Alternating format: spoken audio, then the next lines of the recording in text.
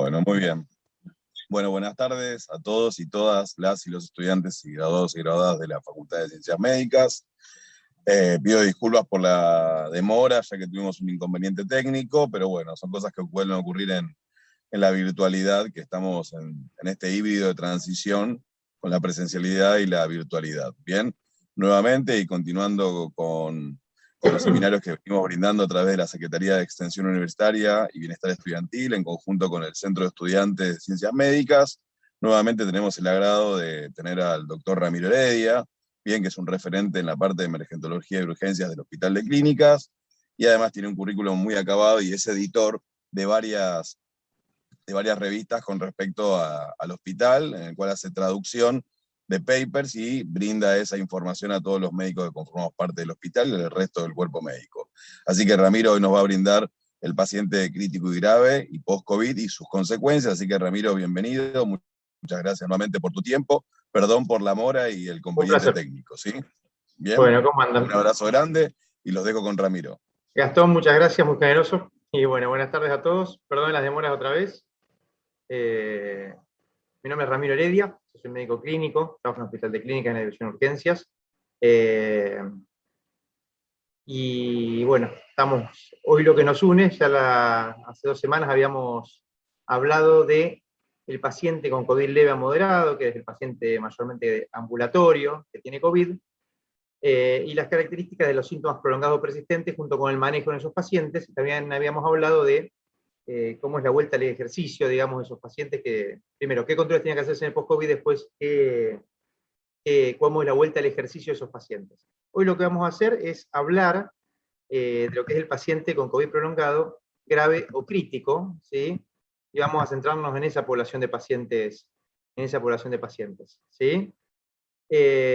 Bueno, lo que vamos a tratar de hablar es un poco de consideraciones generales, como está acá, las definiciones de la fisiopatología, los síntomas y la evaluación del paciente con síntomas persistentes, y hablar un poco de rehabilitación, ¿sí? Lo que tiene este tema es que no hay un libro de post-COVID, no hay una guía que junte todo lo que se sabe o podemos aplicar, y lo que también tiene este tema y esta época, en cuanto al manejo de la información, es que el volumen de publicaciones que tenemos es altísimo. Hoy hubo semanas que ha habido hasta 2000 publicaciones de COVID en distintas revistas internacionales, de distinta calidad de la evidencia. Habitualmente en lo que es post-COVID la evidencia suele ser con un grado de evidencia bajo a moderado, y mayormente son estudios observacionales. Retrospectivos, muy poco estudio prospectivo al respecto, ¿sí? O sea que vamos a arrancar un poquito una breve historia de lo que es el COVID prolongado, sin aburrirlos mucho. Sabemos que la pandemia inició con el descubrimiento del SARS-CoV-2 o del coronavirus en base a un clúster o grupo de neumonías que se dieron en diciembre del año pasado en una ciudad, que son ciudades gigantes de millones de habitantes, en una provincia de la China que se llama Hubei. El 31 de diciembre se reportó a la Organización Mundial de Salud esto, el 31 de enero se declaró el brote de COVID, una emergencia de salud global, 11 de marzo se declaró la pandemia del COVID-19, 3 de marzo, primer caso en Argentina, una persona, un adulto de edad media, internado en un sanatorio acá privado de Capital Federal. Fue el primer caso que recibimos importado, que fueron los primeros casos de esa índole. El 5 de mayo surge el primer reporte de síntomas prolongados en el British Journal Medical Opinion, y eso es lo primero que vemos de alguien que tiene síntomas prolongados. Acá Paul Garner es un infectólogo que relata su experiencia durante 7 semanas, en la cual el paciente relata que sintió una montaña rusa de mala salud, emociones extremas y agotamiento total. Acá vemos una enfermedad aguda, potencialmente mortal, que en la mayoría de los pacientes cursa en un modo asintomático, leve o moderado, y a este paciente que tiene una enfermedad leve, le había producido esto, 7 semanas de enfermedad, ¿sí? Esto ya se había reportado en los primeros coronavirus pandémicos, como el SARS y el MERS, pero el grupo de pacientes en esas dos epidemias fue muy bajito. Acá vamos a sumar mucha más experiencia, desgraciadamente. Bueno, la siguiente publicación relevante, que también la habíamos comentado la vez pasada, el 9 de julio, un hospital romano, o sea, pacientes internados, que a los 2 meses, mediante llamados telefónicos, los llamaron y vieron cuántos persistían con síntomas. habían estado internados un promedio de 2 semanas, el promedio de edad de los pacientes era 56 años, 20 habían requerido algún tipo de apoyo respiratorio, y 5 habían requerido asistencia respiratoria mecánica. Recuerden que cuando fuimos atravesando el último momento de la pandemia, primero los pacientes internábamos para aislar a los leves, moderados y graves, después empezamos a internar solamente a los graves, y muchos pacientes se manejaban en la casa con telemedicina, que fue la gran masa de pacientes de COVID se han manejado así, se manejan todavía así. Pero bueno, esto en la primera etapa de la pandemia, en Europa, en los primeros meses se internaban pacientes leves, moderados y graves. Acá mayormente eran pacientes moderados, graves y severos. 88% de los pacientes a los 2 meses relataban algún síntoma persistente, y 55% relataban 3 o más síntomas.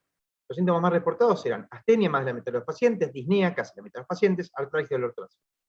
Este artículo tenía hace 2 semanas 993.000 vistas, ahora tiene casi 1 millón de vistas. Debe ser el artículo de COVID prolongado más visto o con más entradas. Bueno, por suerte los británicos vinieron para ordenarnos, en este caso, y sacaron en agosto del año pasado una guía de COVID prolongado, del manejo del COVID posagudo, pues ya veían que los pacientes tenían síntomas posagudos, y hicieron una guía muy práctica, hecha entre pacientes y médicos, dirigidas a los pacientes que habían sido atendidos a la atención primaria, o sea, pacientes que se atendían en un consultorio, que habían estado internados en sala general, o que habían sido pacientes ambulatorios. Acá se empiezan a hablar de una enfermedad de 3 fases, en la cual hay una fase aguda, menos de 3 semanas, subaguda, de 3 semanas a 3 meses, y crónica en los que tienen síntomas más de 3 meses. Aclaran bien, que es algo que vamos a repetir después, que no es requisito documental el COVID para decir que uno tiene COVID prolongado. O sea, no tenés que tener una PCR positiva del paciente o anticuerpos. Muchas veces con la sospecha clínica de situación podemos decir que el paciente tiene síntomas compatibles con COVID prolongado, si no hay nada que lo justifique, ¿sí? Ahí ya hablaban de un 10% de pacientes con síntomas persistentes, hablaban de que los pacientes tenían que tener una visión integral u holística, o sea que el paciente es como un paciente, por ejemplo, con enfermedades que a veces cuando vienen al consultorio nos generan bastante dificultad para atenderle o abordarlo. Por ejemplo, un paciente tiene una fibromialgia, un paciente que tiene un síndrome de fatiga crónica, son pacientes que nos dan mucho trabajo en el consultorio porque no tenemos una prueba específica de diagnóstico muchas veces, no tenemos un tratamiento específico, sino que tenemos todos los algoritmos diagnósticos en el cual nos junta criterios, y lo mismo nos pasa con los tratamientos son escalonados, a veces de difícil manejo. También hablan de que los pacientes, la mayoría, se recuperan en 4 o 6 semanas. Es un punto que ven algo positivo en esto, que es que la mayoría se recupera. ¿Sí? O sea que a veces tiempo y contención es lo que necesitan. ¿Sí? Después, por suerte, ya para febrero de este año, surge todo lo anterior al año 2020, ya pasó mucho tiempo de pandemia. Fauci, por suerte, este reconocido infectólogo e internista de Estados Unidos, que bueno, fue una especie de rockstar en la pandemia en Estados Unidos, una persona muy respetada y muy seria, nos da el acrónimo PASC, o sea, Post-Acute, secuelas posagudas de la infección por SARS-CoV-2. Eso es algo del Instituto Nacional de Salud de Estados Unidos que se empezó a usar universalmente. Acá ya habla de fatiga, problemas digestivos, dificultades mentales, dificultades con el sueño, alteración de la capacidad pulmonar y niebla mental, algo que después vamos a hablar.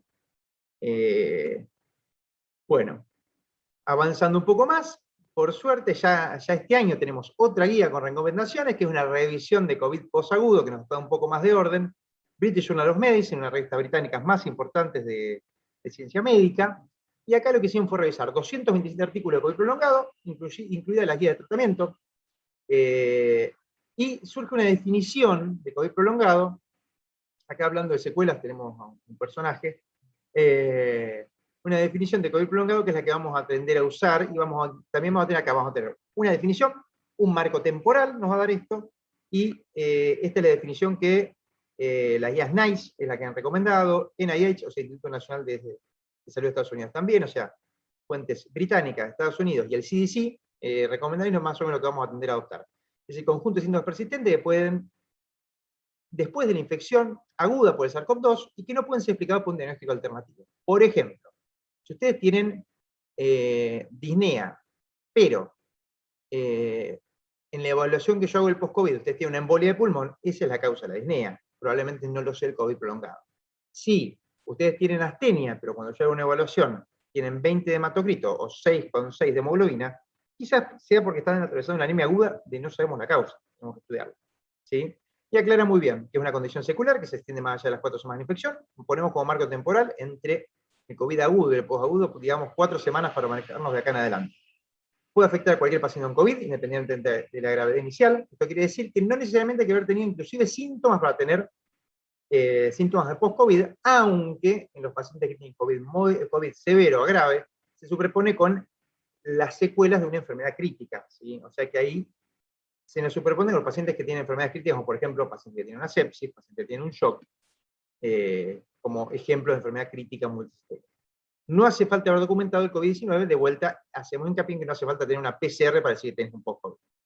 Bueno, siendo un poco más, vemos acá, empezamos a ver otra revisión, a ver qué frecuencia tienen los síntomas prolongados, porque hasta ahora sabemos que están, pero fíjense, un trabajo decía 83%.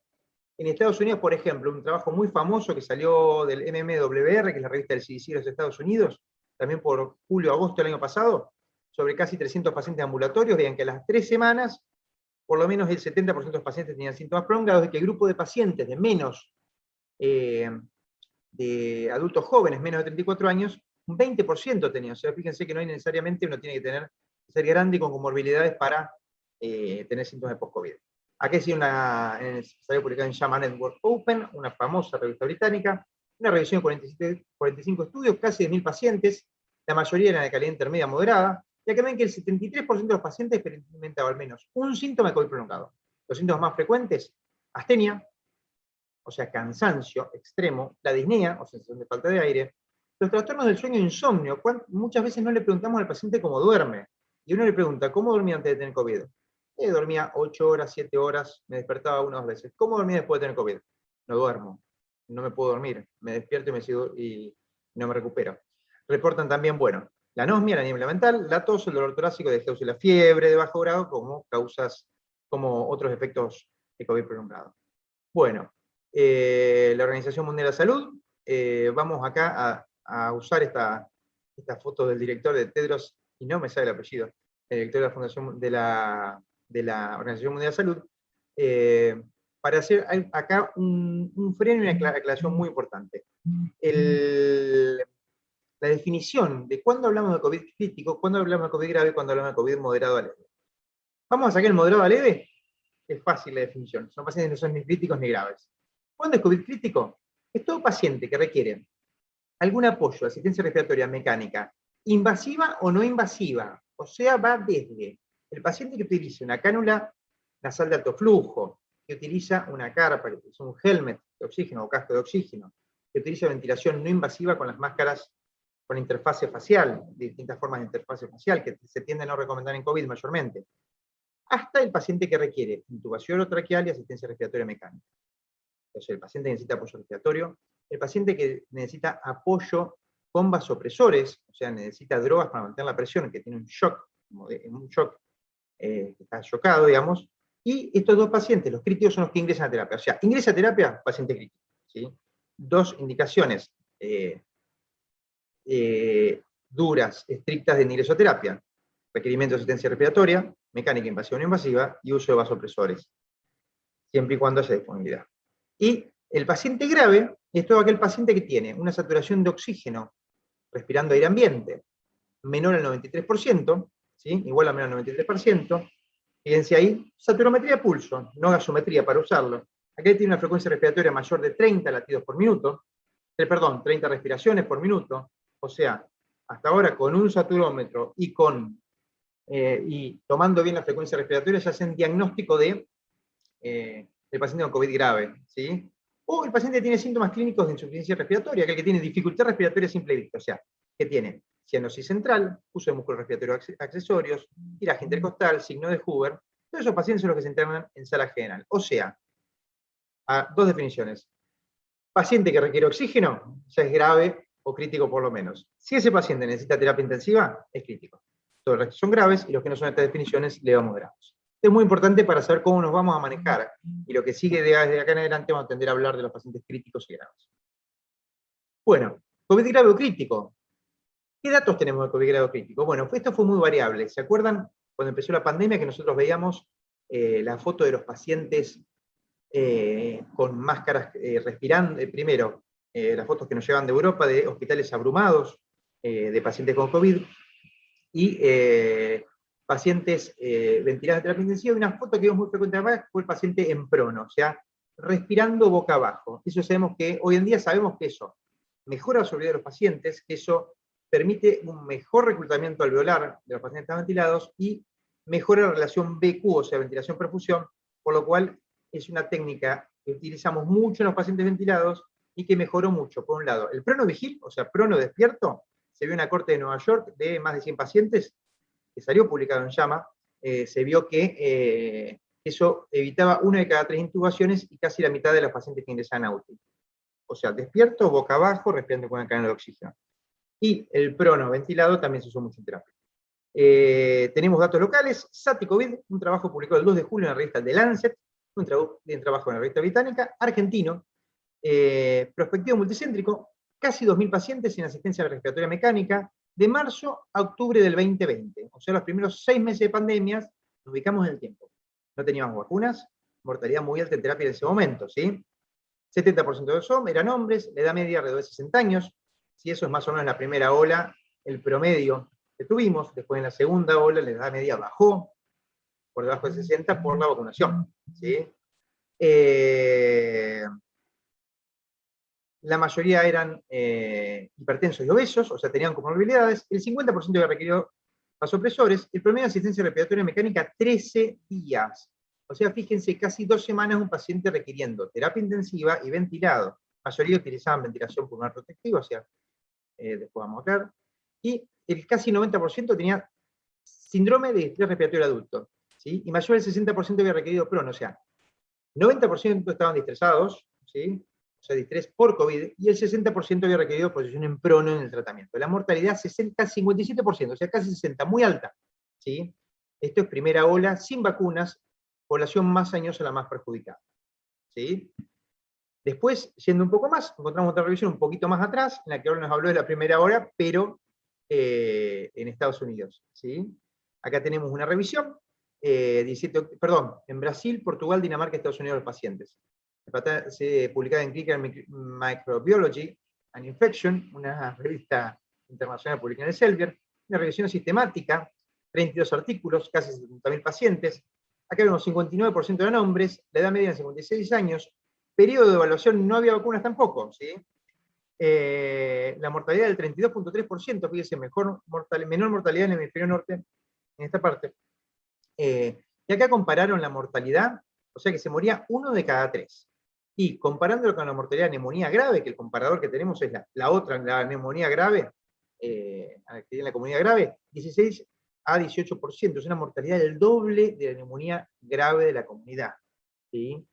Mayor de 50% había requerido asistencia respiratoria mecánica. De los que requirieron asistencia respiratoria mecánica, mortalidad del 60%. Recuerden que hay una salvedad acá. El estudio SATI-COVID habla de los pacientes ventilados, o sea, la mortalidad es parecida a esta, ¿sí? Se mueren casi el 60% de los ventilados, ¿sí? Lo que habla de mortalidad del 33% es mortalidad global del paciente que ingresa a UTI. Eso es una aclaración. 16% requirió diálisis, 28 vasopresor y la estancia promedio 5-11 días. Acuérdense, SATI-COVID es en Argentina, ¿sí? Primera ola, cerca de 14 días. Este trabajo, que es mayormente el hemisferio norte, países europeos, Estados Unidos y Brasil. Bueno, tenemos Brasil, Portugal y Dinamarca, o algunos días menos, ¿sí? Bueno, más datos de pacientes COVID grave o críticos. JAMA publicó el 9 de septiembre del año pasado un trabajo muy interesante, 3.200 adultos jóvenes, o sea, menores de 34 años, o sea, entre 18 y 34 años, en JAMA. Evaluaron una corte con un promedio de 28 años, pacientes muy jóvenes. ¿Qué vieron estos pacientes? Vieron que los pacientes el 37% eran obesos, 24% tenían obesidad mórbida, ¿sí? O sea, casi un 60% de pacientes obesos con sobrepeso, más de 60%, 18% eran diabéticos y 16% hipertensos. 21% habían requerido UTI de los pacientes de esta edad, y 10% ARM. O sea, de estos 3.200 pacientes internados con COVID, 1 de cada 5 fue a UTI, 1 de cada 10 se ventiló. En adultos jóvenes, acá lo ponen entre 18 y 39 años, obesidad y hipertensión aumenta el riesgo de requerir asistencia respiratoria mecánica y de morir. Pacientes con estos antecedentes tienen el mismo pronóstico de los pacientes de grupo de 36 a 59, 60 años. La obesidad mórbida estuvo presente en el 41% de los fallecidos. Acá, o sea, tenemos un nexo duro con los pacientes obesos mórbidos, y la mortalidad es del 2,7%. Uno dice, bueno, está bien, pacientes graves, críticos, se murió 1 de cada 3. No es tanto. La mortalidad del infarto de miocardio en este grupo, ¿sí?, es de la mitad. O sea que siempre está bueno usarlo con comparadores prepandémicos. Acá vemos un cuadro, el trabajo en clínica, la carta de investigación publicada en Clinical Research, la investigación publicada en JAMA, perdón, en la cual vemos muy bien cómo estas barras nos marcan. En el primer grupo de barras nos marca bien cómo los pacientes, la mortalidad es la barra gris, la ventilación mecánica es la barra amarilla, y cómo con 1, 2 o 3 antecedentes de obesidad mórbida, hipertensión y diabetes, cómo se va subiendo la mortalidad. Primer grupo, los que no tienen comorbilidades, solo la edad, vemos que la mortalidad es muy bajita y el requerimiento de asistencia respiratoria mecánica está entre el 7,5% más o menos. Cuando uno va al subgrupo que tiene un antecedente, o sea, que es obeso mórbido, tiene hipertensión o tiene diabetes, o sea, gente joven, ¿sí?, la mortalidad se acerca al 5% y el requerimiento de asistencia respiratoria mecánica está alrededor del 12%, 10-12%. Y cuando uno va al grupo que tiene 2 de 3 comorbilidades, o sea, que tiene de obesidad mórbida, hipertensión y diabetes, uno ya tiene 2 o 3 de estos, fíjense la mortalidad como se acerca casi al 7%, 7,5%, que es mucho para esta población, y como la asistencia respiratoria mecánica está cercana al 25%, ¿sí? O sea que, bueno, importante porque son factores de riesgo prevenibles, tratables, y que siempre deberíamos tratar como médicos y tratar de prevenir, ¿sí? Y trabajar sobre el peso del paciente, trabajar sobre factores, sobre ese paciente que viene con obesidad, sobrepeso, ser incisivo en esos tratamientos. ¿Cómo es el diagnóstico COVID prolongado? Bueno, esto lo hablamos la vez pasada, vamos a repasar un poquito. El diagnóstico es meramente clínico, no hay una prueba que te diga usted tiene COVID prolongado. No hay ninguna prueba de laboratorio, ni imagen que nos sirva para su diagnóstico, o sea, para el diagnóstico sintomático, si usted tiene COVID prolongado. No hace falta ni haber tenido una PCR para SARS-CoV-2, así repetimos. Distintas pruebas complementarias mayormente evalúan causas secundarias, ¿sí? Fisiopatología del COVID. Bueno, esto habíamos hablado un poco la vez pasada. Salió una revisión en una revista internacional que veían que la primera etapa del COVID había una cascada en la cual el SARS-CoV-2 generaba infección, fuerte respuesta inflamatoria, la famosa tormenta de citoquinas, síndrome de respuesta inflamatoria sistémica, síndrome de distrés respiratorio agudo, shock séptico, falla multiorgánica y muerte. O sea, los pacientes se mueren por la gran inflamación y por la lesión viral en la primera parte de la enfermedad. Hay una transición a una etapa de COVID prolongado en la cual, fíjense, como en la primera etapa hay una activación de respuesta inmune, en la segunda etapa empiezan a venir todos los mecanismos de contrarregulación de la gran inflamación inicial, que eso genera un desbalance y genera un estado de inmunosupresión. En la recuperación predominante de inmunosupresión, los pacientes tienden a entrar en lo que llaman una inflamación persistente, con un síndrome de inflamación persistente, inmunodepresión y catabolismo, el PICS, y los pacientes de segunda parte mayormente es donde predominan lo que son las infecciones secundarias y el deterioro por todo este catabolismo que se genera. O sea, muertes tempranas por tormenta de citoquinas, muertes tardías, mayormente por la respuesta antiinflamatoria, también desmedida, todo desmedido acá por este virus, y las infecciones secundarias, ¿sí? Esto sería bastante bien una propuesta de lo que podría ser los mecanismos del COVID prolongado, por más que muchos no sabemos objetivamente. Se habla siempre de la tormenta de citoquinas. ¿Existe la tormenta de citoquinas como mecanismo? Bueno, el Lancet revisó el 16 de octubre, una revisión sistemática, 25 estudios, y revisaron los distintos, compararon los valores de citoquinas en síndrome de distrés respiratorio agudo del adulto, el COVID grave o crítico, con otras enfermedades que tienen muchas citoquinas, o sea, sepsis, síndrome de distrés respiratorio no COVID, síndrome de liberación de citoquinas, y síndrome asociado al receptor TCAR, que es un síndrome hematológico que es poco frecuente para nosotros, por lo menos por suerte. ¿Qué vieron? Que bueno, actualmente citoquinas es algo que venimos arrastrando. La interleuquina 6, una de las principales citoquinas inflamatorias, es 100 veces mayor en el síndrome de liberación de citoquinas, 27 veces mayor en la sepsis, 12 veces mayor en el síndrome de distrés respiratorio agudo no COVID. O sea que ahí se nos cae un poco la teoría. Interleuquina 8, TNF-alfa, interferón gamma. En todos es menor en el síndrome, en el COVID. Y el dímero D, la ferritina y la PCR son iguales o mayores en el distrés respiratorio COVID. ¿Qué quiere decir?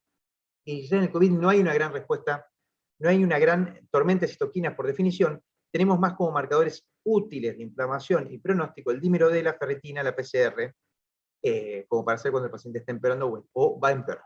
¿Sí? Bueno, síntomas de COVID prolongado. Bueno, acá esta paciente, por lo visto, ha tenido vómitos y también bastante deterioro, lesiones cutáneas, vómitos y cierto nerviosismo. Acá está muy bueno, este es un cuadro que nos marca cómo el virus, el COVID, el SARS-CoV-2, interactúa con su receptor AC2 en casi todas las células. Entonces vemos que a nivel pulmonar tenemos disnea, dolor torácico y tos. A nivel cardíaco tenemos la miocarditis, el aumento de troponina en las palpitaciones. A nivel cerebral, la lluvia, fue cambiando el clima. A nivel mental, el delirio, la fatiga, los trastornos del sueño, depresión, ansiedad, trastornos postraumáticos. Tenemos trastornos en el hígado, como infuria hepática, trastornos de los vasos sanguíneos con inflamación, daño vascular, vasculitis, coagulopatía, microangiopatía, y todos los fenómenos trombóticos. También, acuérdense, el COVID es una situación protrombótica, varias veces más que cualquier vacuna, que la gente dice, no me quiero vacunar con la vacuna de AstraZeneca porque genera trombosis. El COVID genera 10 veces más trombosis que la vacuna más protrombótica, aparte de generar COVID y toda la constelación de estos síntomas, agudos y crónicos.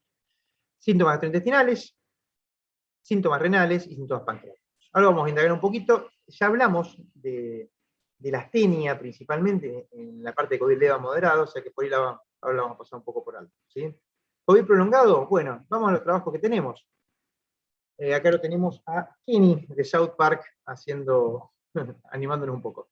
Bueno, Veterans Affairs, una gran base de datos. Estados Unidos tiene una gran base de datos con todos los veteranos y con toda la gente, militares activos y exactivos, pero mayormente la población joven, activa. ¿Sí?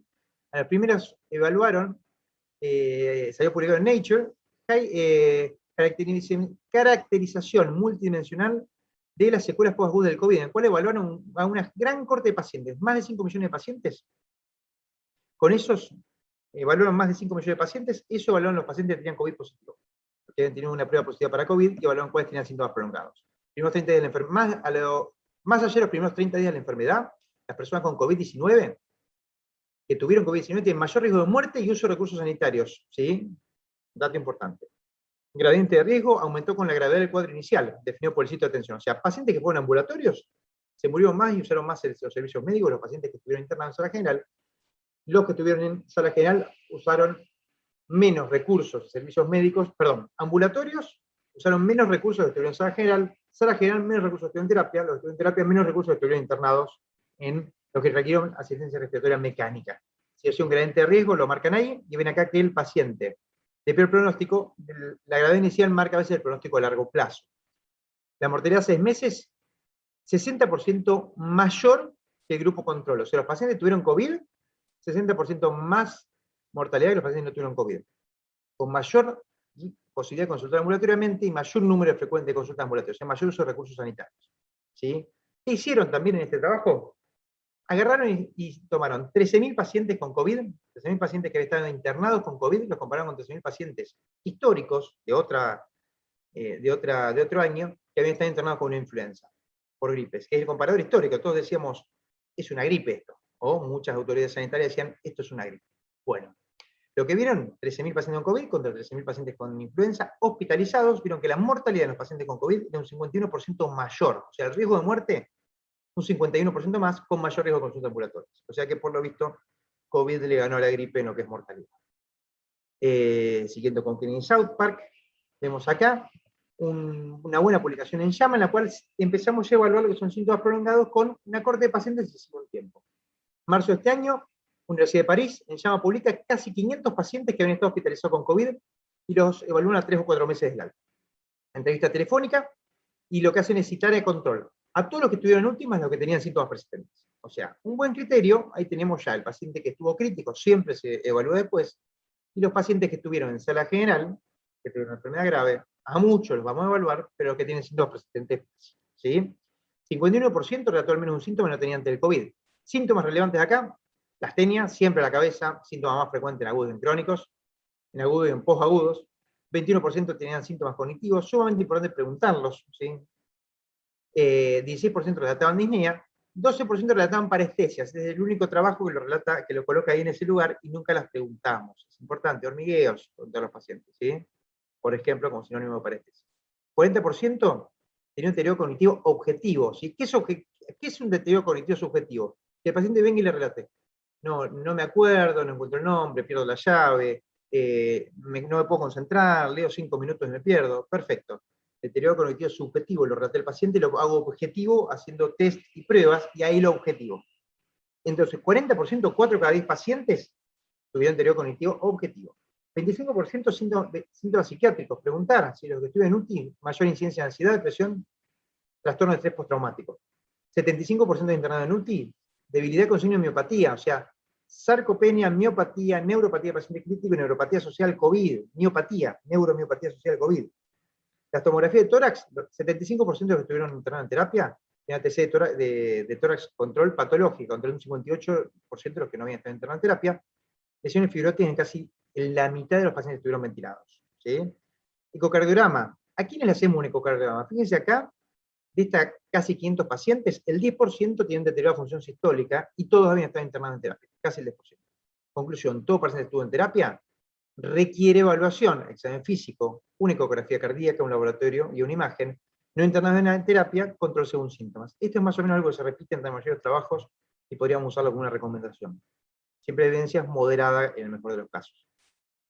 Los que no estuvieron en terapia, control según síntomas, pero muchos van a recuerden, son pacientes graves, probablemente tengamos que hacer un consultorio.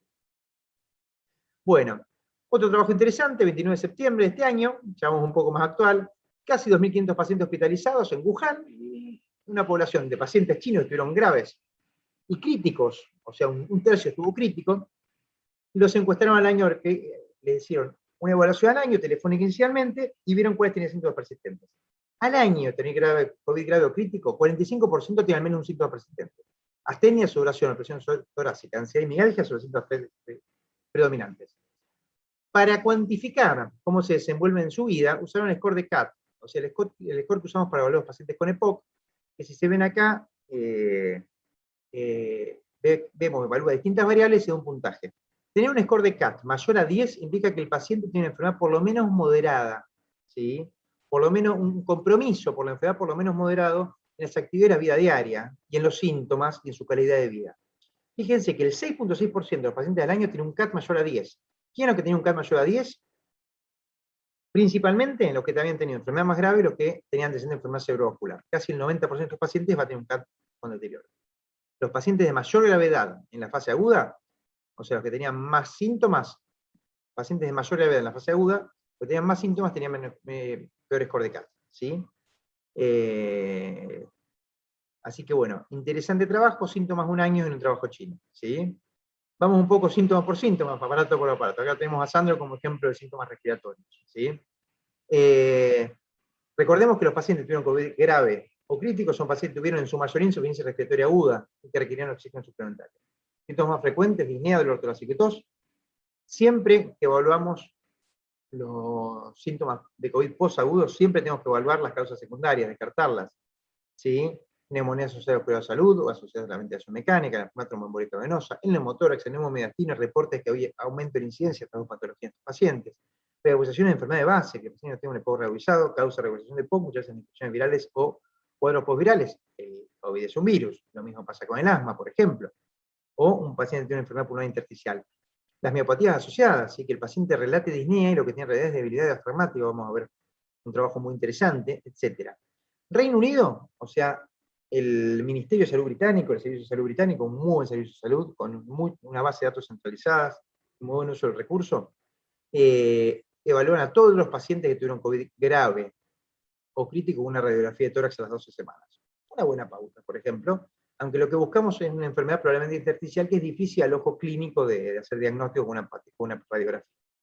Como secuela muy poco frecuente, posagudo de algunos pacientes.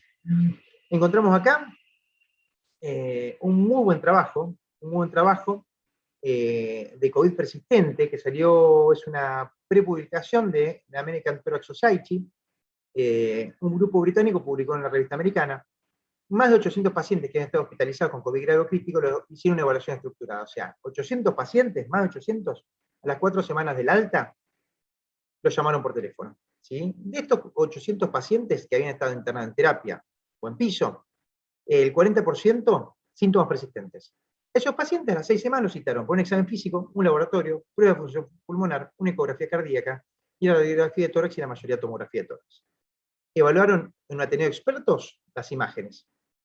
De toda esta población de pacientes, o sea, más de 300 pacientes, o sea, de 800, 300 pacientes con síntomas persistentes que lo citaron, y los que fueron, ¿no? 35, o sea, alrededor del 5% de la población total, tenían se les objetivó deterioro de la función pulmonar con imagen compatible con una enfermedad pulmonar intersticial, que en la mayoría de los casos era una neumonía organizada. A estos se le propuso un tratamiento con corticoides durante 3 semanas, Beltisona, le dieron aproximadamente 1 miligramo kilo dosis, kilo día, y lo que vieron que a las 3 semanas todos tuvieron mejoría de la DLCO, de los volúmenes pulmonares y de la imagen. ¿Qué nos deja esto? Que fíjense en los pacientes, primero, evaluaron los pacientes que tenían síntomas persistentes. Segundo, los que tenían síntomas persistentes, haciendo una evaluación multidisciplinaria, solo un 10% tenía enfermedad pulmonar, perdón, solo un 5% del total de la población, menos de 5 tiene enfermedad pulmonar intersticial, y que esta enfermedad tiene posibilidad de reversibilidad, porque fíjense que con corticoides mejoraron, ¿sí? No hay ninguna recomendación dura sobre esto, pero hay trabajo francés, es un buen trabajo nacional sobre 18 casos, que hablan de estos tratamientos corticoides y se puede reproducir. Conclusión de esto, los pacientes con enfermedad pulmonar intersticial post-COVID eran predominantemente. Otra cosa, que identificaron quiénes eran los que tenían esto, y que deberíamos buscársela con un poco más de sagacidad. Hombres, más del 70%, tenían sobrepeso, la mayoría, y al menos tiene una comorbilidad, sino más frecuente la diabetes del asma, ¿sí? Había estado internado un promedio de 17 días, la mayoría habían requerido oxígeno, la mitad habían requerido terapia intensiva, y la mitad había requerido asistencia respiratoria mecánica. O sea, pacientes de UTI, siempre evaluar para descartar esto, que es importante y potencialmente reversible. Estas son las imágenes, fíjense cómo hay infiltrados en los 4 cuadrantes, y la progresión de las imágenes, cómo mejora. Las imágenes de arriba son a inicio del tratamiento, las imágenes de abajo son tomadas a las 4 semanas de inicio del tratamiento. Bueno, vamos a ver si tenemos algún dato local. Perfecto. Un trabajo publicado en septiembre de este año en la Revista Americana de Medicina Respiratoria sobre 18 pacientes internados en sanatorios de Capital Federal, del doctor Daniel Zamolsky, del grupo OSDE, neumonólogo de OSDE, luego del COVID agudo, síntomas respiratorios de relevancia, vieron síntomas respiratorios de relevancia con hipoxemia, imágenes patológicas de tórax. Esto eran de estos 18, 15 eran hombres, ¿sí? La edad media 58.4 años, con comorbilidades. 6 pacientes se hizo biopsia transbronquial, o sea, se hizo una fibroncoscopía con BTB, 3 tenían patrón de neumonía organizada. Tratamiento con corticoides de los 28 días promedio, todos tuvieron mejoría franca. Fíjense, pacientes con enfermedad inflamatoria, pulmonar intersticial que mejoran. Trabajo local, 18 pacientes, pero bueno, bastante bien contra el otro megatrabajo que se queda con 35 pacientes. ¿Sí? Estudio observacional, retrospectivo, con buena evolución. Bueno, conclusiones. Hasta un 5% de los pacientes hospitalizados, en cuanto a los síntomas respiratorios, hasta un 5% de los pacientes hospitalizados con COVID grave o crítico presentan enfermedad pulmonar intersticial inflamatoria con síntomas persistentes, deterioro funcional, imagen tomográfica compatible con neumonía organizada. Los que recibieron 3 semanas de corticoides, mejoría sintomática, funcional imagenológica. Ser hombre, tener sobrepeso y tener al menos una comorbilidad son buenos factores de riesgo. Mayoría de los pacientes que están en terapia, más de la mitad había requerido UTI y casi la mitad había requerido asistencia respiratoria mecánica. Y acá se ve la utilidad de una evaluación estructurada que permitió identificar a estos pacientes. O sea, algoritmo arranca o inicia con síntomas persistentes, en este caso la disnea con sistema respiratorio duro. Bueno, síntomas prolongados. Vamos con los síntomas neuromusculares, más frecuentes en los pacientes graves o críticos. Acá lo tenemos la tenemos a Priscila de Zootopia, el perezoso que trabajaba tan lento. Bueno, acá en septiembre de 2021 se publicó un muy interesante trabajo en el British Journal of Medicine, que tomaron 27 necropsias, o sea, 27 autopsias, o sea, 27 pacientes que fallecieron de COVID crítico, en este momento, o sea, 27 pacientes críticos, le hicieron biopsia del diafragma, en Países Bajos, y los compararon con biopsias, con 10 biopsias de pacientes que habían fallecido de una enfermedad crítica, no COVID. Teniendo en cuenta que el diafragma es el principal músculo respiratorio, vieron que los pacientes con COVID desarrollan miopatía diafragmática distintiva, que es algo que colabora con la disnea y con la astenia persistente. Ven acá que en el diafragma de estos pacientes había infiltración por el virus, documentan que hay fibrosis, y documenta que hay fibras musculares agrandadas y en división con expresión selectiva de algunos genes de regeneración muscular, algo distinto a lo que se ve en la atrofia por otras patologías. Esto puede ser una causa de disnea en los pacientes que no podemos terminar de documentar por qué siguen con dignidad después de tener COVID. ¿Sí? Que no tienen gran infiltración diafragma, gran patología parenquimatosa pulmonar, quizá el problema está en el diafragma o la dinámica ventilatoria. Yendo un poquito más, los síntomas neuromusculares, vemos que el COVID prolongado es una causa. En COVID prolongado vemos algo que no le damos mucha bola, no le prestamos mucha atención, para hablar mejor, que es la debilidad muscular. La debilidad muscular en el paciente que estuvo internado es multifactorial y es sumamente frecuente, mucho más frecuente en los pacientes con COVID, mucho menos que tuvieron COVID prolongado. Tenemos que hacer el diagnóstico diferencial de la polineuromiopatía del paciente clínico, o sea, debilidad del paciente estuvo grave, ¿sí? Es una entidad sumamente subdiagnosticada. Muchas veces nos enteramos que el paciente tiene una miopatía, o sea, debilidad muscular, por miopatía, por neuropatía, por neuromiopatía, por desafrenización, todas las combinaciones, cuando está por irse de alta, que lo levantamos y no se puede levantar el paciente. La sarcopenia es insuficiencia muscular, por déficit de la masa muscular y de la función. Aguda es cuando tiene menos de 3 meses, está menos de 6 meses un estresor, perdón. Grave, por ejemplo, es la sarcopenia de senectudo, del envejecimiento. Crónica, es la del envejecimiento. Y es un factor independiente de la sarcopenia aguda, es factor independiente de riesgo para tener sarcopenia crónica. La sarcopenia grave es cuando uno está desviado más de 2 deviaciones estándar de un joven sano, ¿sí? O sea, del que tiene mejor masa muscular, si uno está en 2 deviaciones estándar hacia un lado, para abajo, tiene sarcopenia. Los que tienen más riesgo son los ancianos obesos enfermos críticos, casi el 66% de los pacientes de UTI tienen sarcopenia. Los que tienen déficit de vitamina D, la desnutridos en reposo y tratando con corticoides, que usamos como gol estándar del paciente grave o crítico, corticoides. ¿Sí? Por eso es importante el tratamiento hacerlo lo que requiere el paciente. Ciclo corto de corticoides inicialmente, no más de 10 días, o sea, no menos de 5, o hasta el alta, y no más de 10 días. ¿Sí? Se asocia esto con debilidad diafragmática, esta miopatía causa debilidad diafragmática y tiene mayor riesgo de infección, RM prolongada y fracaso del destete.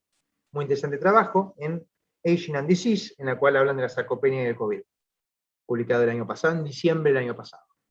Bueno, siguiendo un poco, vamos a otros síntomas prolongados. Acá tenemos síntomas prolongados, síntomas cardiovasculares, que habíamos hablado en la presentación anterior en paciente leve a moderado, y habíamos hablado de cómo se volvía al deporte con esto. Ahora vamos a tocar un poquito en los pacientes, un poco en lo que habíamos visto anterior para seguir adelante. Dolor torácico, tratan los pacientes, inflamación del miocardio, la forma de miocarditis o pericarditis, aumento de troponinas, palpitaciones, hipotensión ortástica, síndrome de POTS, y síntomas vasculares como la endotelitis, coagulopatía y microangiopatía. Tomamos esta ilustración de la revisión de COVID prolongado de British Journal of Medicine.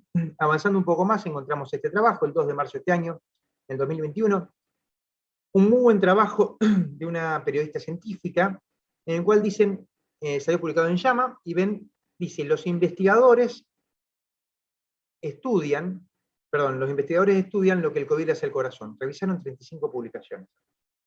Y vieron acá en distintos reportes que, bueno, en Wuhan, los primeros reportes habían hablado de elevación de troponinas internados, o sea, frecuente, paciente internado grave o crítico, muchos de elevación de troponinas, algunas serie de pacientes documentan hasta el 40% de los pacientes, solo injuria miocárdica.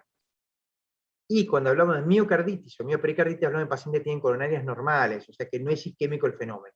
¿Sí? Lesión miocárdica por troponina, por ecocardiograma, factor de mal pronóstico, ¿sí? O sea, factor de riesgo para insuficiencia respiratoria y muerte en estos pacientes. Hablan de que la mayoría tienen pacientes con enfermedad cardiovascular persistente. Recuerden, los pacientes tienen peor pronóstico y los que más infectan en el capítulo con COVID, los que más hacen lesión cardíaca, son pacientes que ya tienen antecedentes. ¿Sí? Y vieron muy poco frecuente la miocarditis fulminante con shock cardiogénico, ¿sí? Y en julio de 2020, acá vemos una publicación de JAMA que vieron 100 pacientes con COVID, este trabajo alemán, 100 pacientes que están internados con COVID, ambulatorios, hicieron cardiorresonancia a todos, vieron que el 60% tenía cardiorresonancia alterada, algunos con troponina positiva, algunos con anomalía severa, y era gente joven con edad media mayormente. Septiembre del 2020, llama Cardiology, 26 atletas de la Universidad de Ohio también, a 4 le hicieron, de esos 26 atletas, 4 tenían cardiorresonancia alterada, 8 tenían signo de fibrosis, a casi 2 meses de la enfermedad aguda. Fíjense cómo hay distintos reportes, de distinta calidad, que alarman bastante. La miocarditis causa el 12% de las muertes súbitas cardíacas en adultos, por eso le damos tanta importancia. Y después salió, acá también número de trabajo en la Universidad de Wisconsin, con casi 150 atletas, muy poquitos con cardiorresonancia alterada, 2 nada más. ¿Sí? O sea, fíjense cómo varía de una cosa a la otra.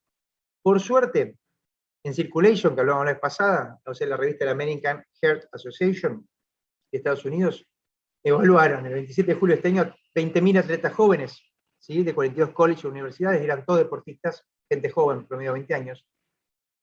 Tomaron los 3.000 que habían tenido COVID, y los 3.000 los sometieron a una evaluación cardiovascular en la cual le hacían, agarraron una corte de 200 que le hacían cardiorresonancia magnética a todos, ¿sí? Y agarraron una corte a los cuales le hacían, según síntomas cardíacos, o sea, síncope, episodio de hipotensión, dolor torácico, ¿sí? O disnea algunos, les hacían o un electro, o un electrocardiograma, o le hacían troponinas, o las tres cosas a la mayoría. Y los que tenían una de estas cosas alteradas, solo menos del 1% tenía alguna cosa alterada, le hacían la cardiorresonancia magnética. Lo que no acá que los que tenían que la prevalencia de la enfermedad cardíaca con cardiorresonancia magnética, o sea, signos de miocarditis o pericarditis, leve en todos los casos, era del 0.5% los pacientes que tenían una evaluación estructurada, y los que habían ido todos a cardiorresonancia, el 3% tenía signos de miopericarditis sin interpretación diagnóstica, ¿sí?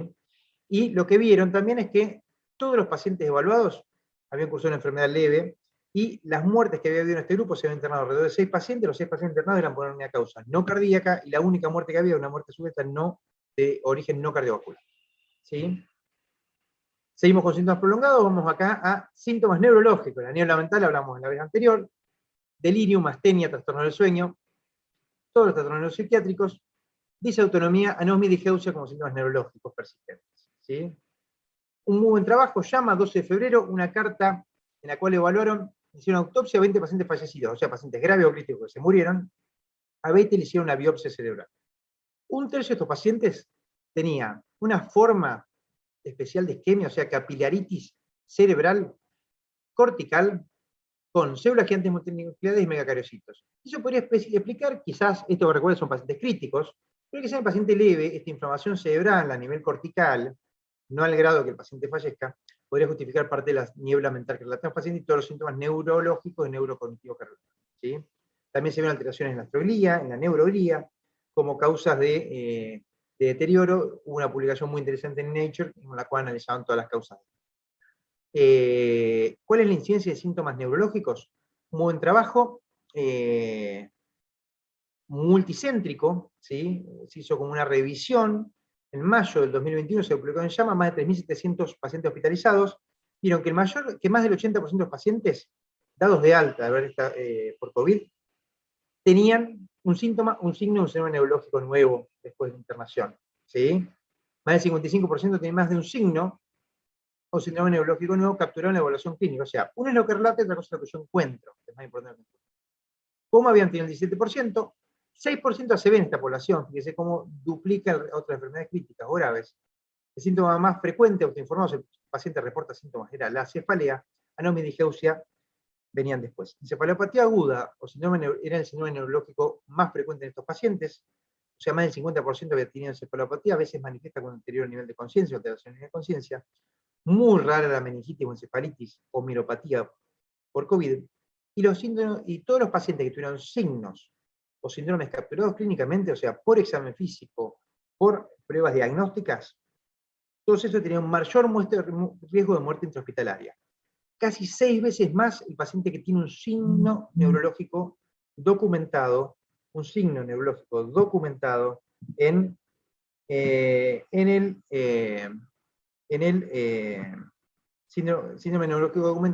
por un médico, ¿sí?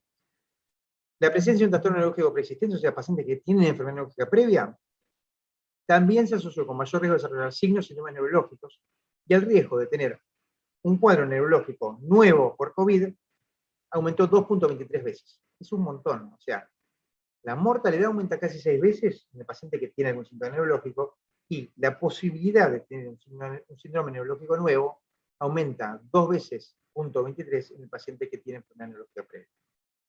Yendo un poco más, cerramos ahí los síntomas neurológicos, vamos a síntomas gastrointestinales. Muy buen trabajo, publicado en Clinical Gastroenterology and Hepatology el 22 de junio de este año, casi 17.000 pacientes hospitalizados en 2 hospitales de Nueva York. Los evaluaron en internación a ver cuántos habían tenido síntomas agudos, y de esos separaron los que pudieron seguir a 3 y 6 meses. O sea, de 17.000 pacientes, casi 18.000 pacientes, más de 3.200 relataban síntomas gastrointestinales. De esos, a 715, o sea, un 20% lograron seguir a 3 y a 6 meses. 14 habían requerido asistencia respiratoria mecánica.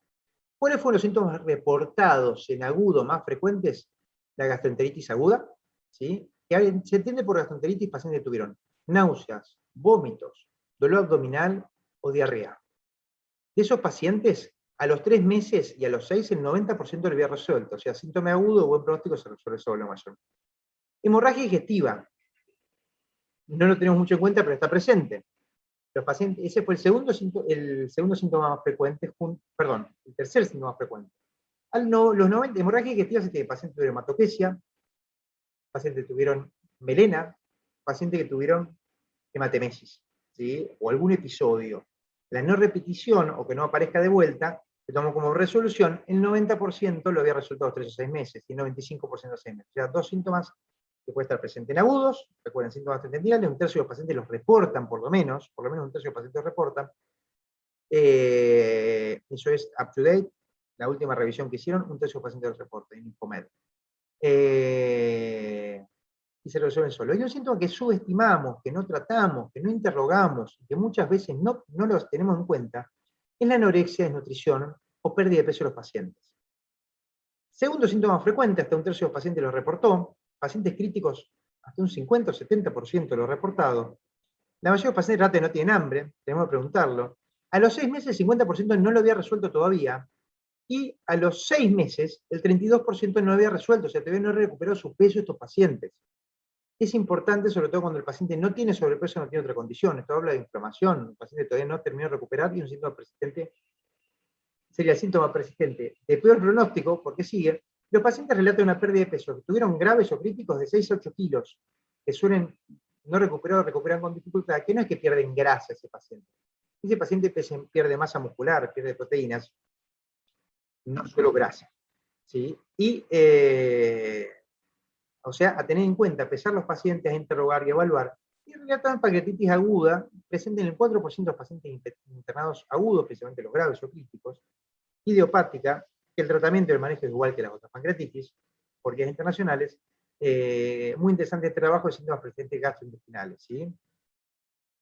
Vamos a hablar un poco de rehabilitación. Bueno, paciente crítico que tiene una miopatía grave, que no termina de recuperar su función respiratoria, no se termina de vincular al respirador, o que termina traqueostomizado con desnutrición severa, que requiere nutrición entera en su recuperación, y que no recupera su autonomía, esos pacientes van a una internación, muchas veces en una clínica de rehabilitación. Y el paciente crítico que no le pasó todo eso, si el paciente grave no le pasó todo eso, o el paciente leve que requiere rehabilitación, bueno, ¿hay alguna evidencia? Muy poca, pero encontramos esto. ¿Sí? Encontramos MMWR, la revista del CDC de los Estados Unidos, 9 de julio, evaluaron una clínica de rehabilitación ambulatoria, agarra y compararon, dijeron, vamos a tomar pacientes con COVID, toman casi 1.300 pacientes que tuvieron el antecedente de COVID, ¿sí? Y que estaban ahí rehabilitándose, y los compararon con un comparador de pacientes habitualmente graves, o que lo tomamos como graves. Tomaron pacientes con antecedente de alguna enfermedad oncológica, o sea, tenían diagnóstico de cáncer, o que tenían tratamiento de cáncer, o que habían tenido cáncer en el último año. O sea, compararon 1.300 pacientes con COVID y otros 1.300 pacientes oncológicos sin COVID. Grupo COVID, o sea, los que habían tenido COVID, eran más añosos, eran más hombres, y estaban más frecuente que estuvieran en actividad laboral. Acá tenemos de fondo a Misery como rehabilitación. Bueno, los pacientes que tuvieron COVID tenían más debilidad muscular, casi el doble, peor estado de salud, ¿sí? 33% versus 24%, ahí está mal ese porcentaje. Mayor nivel de dolor, o sea, en escalas de dolor relataban dolor corporal en mayor cuantía, mayor dificultad para las actividades de la vida diaria, o sea, era gente menos autosuficiente e independiente, y más uso del sistema de salud, 9 visitas médicas versus 4 visitas médicas en promedio, con más duración de la terapia, casi una semana más de terapia en el grupo COVID. Tenían menor resistencia física, evaluados con el test de marcha de 6 minutos, caminaban 77 metros menos que los otros, y menos capacidad para desarrollar actividades con amigos y actividades sociales, no recuperan su vida social, en el grupo COVID. Fíjense la repercusión que tiene.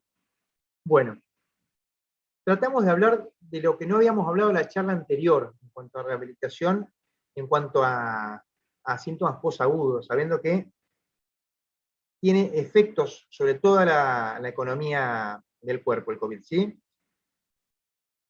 ¿Cuál es la evaluación de estos pacientes? Bueno, hay que tener mucho sentido común, no hay una guía, básicamente, pero más o menos los lineamientos que fuimos aprendiendo con todo esto, que de vuelta no hay un libro, son estos. Muchos pacientes van a requerir estudios complementarios. La mayoría no van a requerir nada. De estos pacientes, muchos van a requerir estudios complementarios. Pacientes leves moderados, la mayoría no. Siempre ten en cuenta la gravedad de la enfermedad aguda, sino que tienen la OMS. Todos los críticos requieren seguimiento y evaluación. Siempre definir si tiene síntomas prolongados o tiene una complicación del COVID o una enfermedad concomitante, evaluar el paciente según perfil de síntomas. Siempre hay que jerarquizar síntomas cardiovasculares respiratorios. Las banderas rojas son el ángulo, las palpitaciones, síncope, dolor torácico, disnea severa o saquedad para la actividad. Vamos a usar rutinas de laboratorio para excluir causas secundarias, por ejemplo, que el paciente no tenga una anemia, que no tenga un trastorno metabólico asociado, que no haya desarrollado diabetes, una diabetes metesteroidea por corticoides. Siempre considerar los tratamientos que usamos en agudo si puede ser una complicación, ¿sí? Siempre radiografía de tórax o tomografía, en los casos seleccionados, que en este caso de los graves y críticos vamos a necesitar toda una imagen. Examen funcional respiratorio en que lo requiera, de los críticos lo van a necesitar, ecocardiograma torácico, por lo menos todo lo de terapia, y a varios pacientes críticos. Cardioresonancia solo en pacientes seleccionados, no hagamos cardioresonancia sin síntomas que lo justifiquen. Siempre considerar que existen clínicas o servicios de rehabilitación. No es normal que el paciente no vuelva a su actividad de la vida diaria. Sí tener paciencia, sí indicar los reposos que corresponda, pero ver si el paciente no necesita algo más. ¿Sí? Saber que existen servicios multidisciplinarios con evaluaciones holísticas del paciente para estos casos. Bueno, esto es toda la presentación. Vamos a abrir un espacio para si hay preguntas, y la presentación va a estar disponible también para ustedes. Yo soy editor del portal infomed.com.ar, www.infomed.com.ar, que es un portal en salud que escribimos para médicos. Médicos, somos más de 30 médicos, hoy 35 médicos, que elegimos las publicaciones más importantes que nos parecen del medio, las traducimos y las comentamos para que esté toda la información en una base de datos y que sea de fácil acceso para todos los profesionales médicos, estudiantes de medicina o gente que esté interesada, y sección médicos y no médicos. Bueno, tratamos de ayudar con eso, y todas estas publicaciones están en Infomed si les interesa, estas 25 publicaciones que comentamos acá. Bueno, muchas gracias, y abrimos un espacio de preguntas si lo hay. ¿Me escuchan? Sí. Hola. Por ahora no hay ninguna pregunta, pero bueno, esperamos un segundito. Entonces, le agradecemos le agradecemos la invitación a los organizadores, agradecemos a los que estuvieron presentes por su atención. Disculpe si nos extendimos un poco. Todo lo que hablamos está en infomed.com.ar, están los artículos, las publicaciones si quieren ver, y están los datos míos, también me pueden contactar vía Infomed lo que necesiten, si tienen dudas, consultas, o que quieran charlar. Que anden muy bien, saludos a todos y muchas gracias. Excelente charla.